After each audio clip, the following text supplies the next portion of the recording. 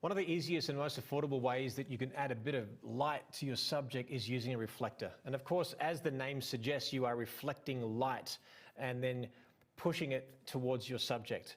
Now, when we talk about lighting, we've often likened lighting to water. What all we're saying is we're ricocheting that water onto the subject. And that way, you've almost got two light sources. In other words, if the sun was coming from behind me, I've got one hair light, backlight, rim light, whatever you want to call it, one light this way, and then it reflects off a reflector and comes back on me. So it's an easy way to add a second, third quality of light with just a reflector. Now, you may have seen them before. Often, if you do own one, you'll probably own a 5-in-1 reflector. One side is black, one side is white. If you unzip it, inverse it, one side is gold, one side is silver, and in the inside you have a translucent diffuser, which basically means that you've got light going through the reflector, but you can't see through it. Now let's look at the differences and let's see how we can identify them. Now here we have Rainy, actually, one of our good friends here. Basically Rainy is just in open shade. There is a direction of light, as you can basically see, and the direction of light's beautiful. As I've told you before, I turn the body away from the light source and turn the face back in. Now, when I add a white reflector to her, so I'm putting a white reflector, now she's turning her face back in, but you can see that the light is more contrasty. So the highlights on her face are more contrasty, it's brighter, and the actual shadows are a little bit deeper, because when you add that light source, then you're going to actually pay attention to the shadow a little bit more. So we've got no reflector, white reflector. Now let's look at the difference between a white reflector and a silver reflector. Now, why would I use one above the other? Well, let's discuss it. And again, if you've heard me say this in a previous segment, forgive me, but I think it's important in the context of our conversation. If you had water ricocheting off stainless steel, or water ricocheting from a white cardboard, for example, then what would ricochet more? Well, as you know, you probably wash your dishes every single day and every night. Water will bounce and deflect off. Reflect, deflect, I'm not sure the difference there, but whatever it is. It will basically bounce off the stainless steel and then bang, it'll spray further than it would, let's say, for example, a white plaster wall. So what I'm getting at is that if you already have an existing contrasty light, if we liken it to water, if you already have a high pressure hose, for example, let's say the sun's already bright and contrasty, okay? It's got a lot of water pressure, so to speak. It's going to bounce off and deflect. Now, if we have, let's say, a hazy sky or open shade, or clouds are covering up the sun, then we need more contrast. So what the silver reflector will do will give you more punch, more contrast. Can you use the sun with a silver reflector? Of course you can, if you want that very high fashion, very contrasty look. Now, with brides, you'll find that arguably the white reflector will be a lot softer, will be probably the one that you use the most with the sun. If you are, as I said before, if you're using in a cloudy situation, that's where the silver reflector will basically come in. Now let's look at the difference. We've got the white reflector over here, but you can sort of see now that the silver reflector has taken on the attributes of sunlight, because we're ricocheting that water, so to speak, off that stainless steel, off that silver reflector, bang, and then now we get that beautiful contrast. So I'm not saying one is better than the other. It really depends on what look you're trying to go for. So this is all about understanding, well, what attributes are going to be given to the subject. What am I trying to say? Is this a prettier look? Is it more of a high fashion look or feel that we're going for? It depends on what you want.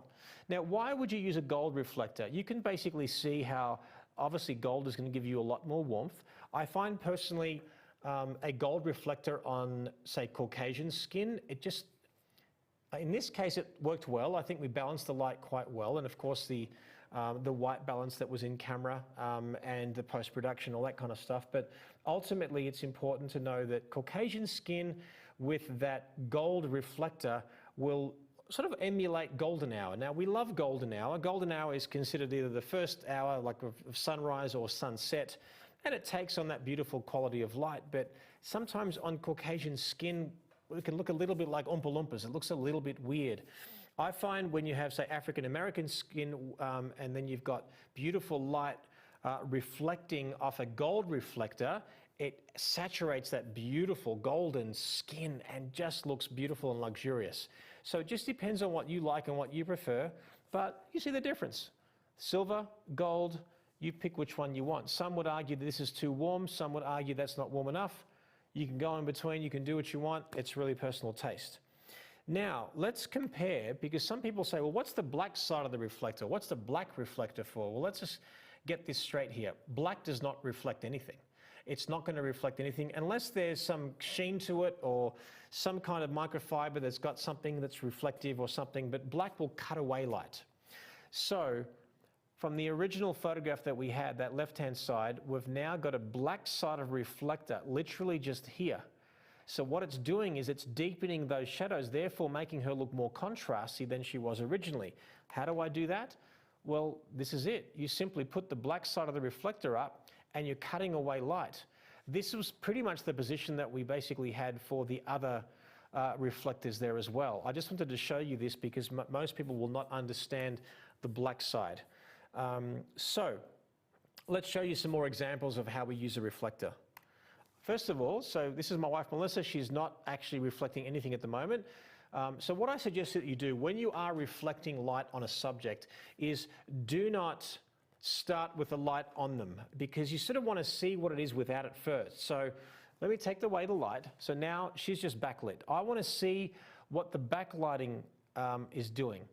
You see, if I was to put the reflector up, I might have turned her face and now the sunlight behind her is tickling her nose or her cheek and it's looking a little bit scrappy, it's looking a little bit dapply, which we don't basically want. So I get her backlit, make sure that there's no light in the front of her in this particular situation at the very least. Then we turn the reflector towards her. In this case, it was the silver side from memory. So you can see how she's almost blinded. So this will normally happen. So just know that anyone with a reflector on them, it does not feel good. This is, like I said, this is a small light source, being the sun, reflecting off the reflector and ricocheting back in, and water's going in the person's eyes and they can hardly see. You have to liken light to water to understand it, as we've discussed. In this case, we did it and I said, okay, I forget her name actually, to be honest, I just got a bit of a blank, but basically I may have said to her, hey, look at Melissa's hand on the count of 3. She's closing her eyes. 1, 2, 3, and then bang, we get that beautiful shot. What have we done? Now, you've heard me say with lighting, turn the body away from the light and the face back in, or we turn the light away from the body and the face back in. So it's either one or the other, or a bit of both. So in this case, we've turned the body away from the light, or the light away from the body, in a way that gives us this beautiful texture, depth and dimension and form. And we've got a shadow on the cleavage, on her shoulder. We turn her face back into the light. We've now created the short side.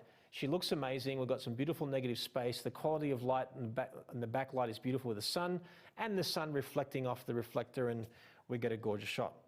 Can you use 2 reflectors? Well, yes, you can. If you had a couple of reflectors, you can do that too. In this case, we have 2 mini reflectors. One is the silver, a silver one, and one is the gold one.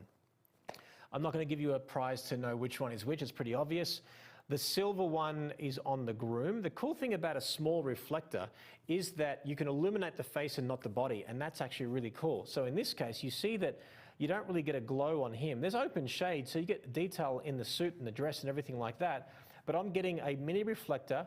I'm bringing it away from his face to where I just illuminate the side of his face that's closest to the camera.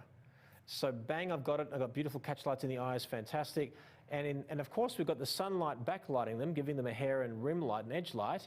And this way I've got the reflector on her, the gold side, the gold mini reflector, illuminating her. So I've got sort of that beautiful warm tone for that feminine energy and that cool tone for that masculine energy. So now it looks like we've got a couple of strobes on these guys, because it doesn't actually mathematically make sense. Well, if the light's coming on this way, you would broad light her here and this would be in shadow. But if you had 2 light sources above the sun, so the sun's giving us 2 more light sources off the reflectors, that's the way we're doing this. So it actually works really, really well.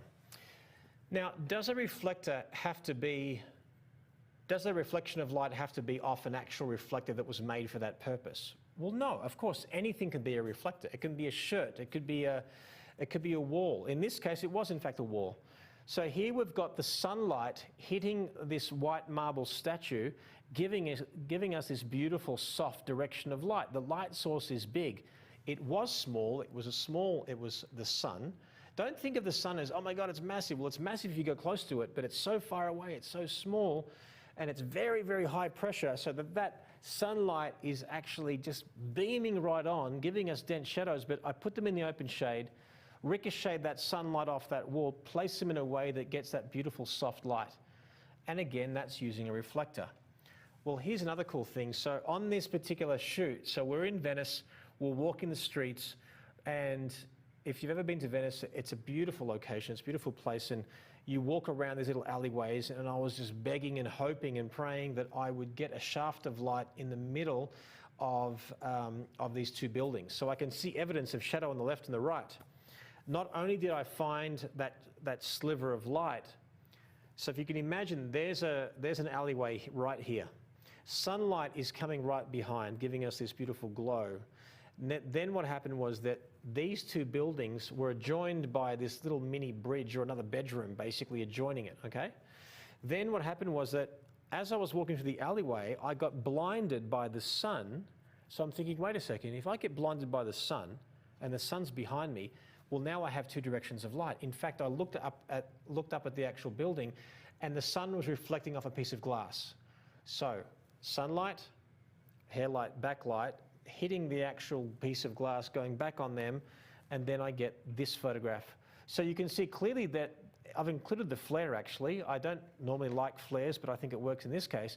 The sun is between those buildings, giving us this beautiful strong hair light and rim light and edge light, hits the actual piece of glass, goes back on them, beautiful direction of light, beautiful negative space, and it gives us this beautiful strength about that photograph. And again, that's using a natural reflector in the environment.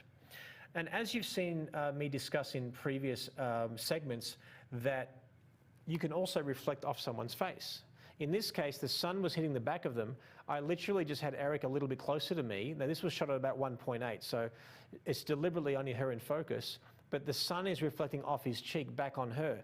He gets that sort of strong masculine rim light, and she gets that soft reflection coming back on that. Because what's happening is, think of it like the sun is reflecting off a white sponge. It's soaking a little bit of that light, but then ricocheting and bouncing off her. So it's making the properties of that water, that light, softer once it deflects or reflects or ricochets. And that's how we get that particular look. Now, ultimately, guys, many of us will use a reflector like this. The sun will hit behind the subject, we'll have the reflector in the foreground, and then we illuminate our subject. Great. That works well. But what about something not so obvious? If you look closely at the rim of his hat, it's actually white. So what if I could take a fuller length photograph and am able to use that light on his face, but without making it look like he's literally holding it up to reflect that light off his rim back on his face? It'd look a bit weird. So I need to give him an excuse. What excuse? Maybe he's about to put his hat on. So if we look at these behind the scenes shots, we've got the shot there on the left where he's just showing us the rim of the hat, and now he puts it up to his face. The sunlight hits the back of him, hair light, backlight, rim light, hits the actual rim of the hat back on his face, and then we get this beautiful glow, and it looks real. And that's the cool thing, is that now I have no problem in making artificial light or on-camera flash, off-camera look fake, as in there's evidence of flash. Now, typically though, I want flash or any kind of man-made light or light that I bring to the equation to not look man-made. Does that make any sense? Therefore, it looks more real. I get swept up in that moment. But I typically, though, it's really, really important to me that if I can, that's what I do, is that I'm trying to make it look natural rather than I've just got a glorified light there and that's basically it. In our next segment, I'm going to talk about reflectors a little bit more, but being more specific, I'm going to talk about the Omega Reflector 360, which is actually one of my inventions. Now it's been 4 or 5 years now in the making, but I can't wait to show you how versatile this tool can actually be.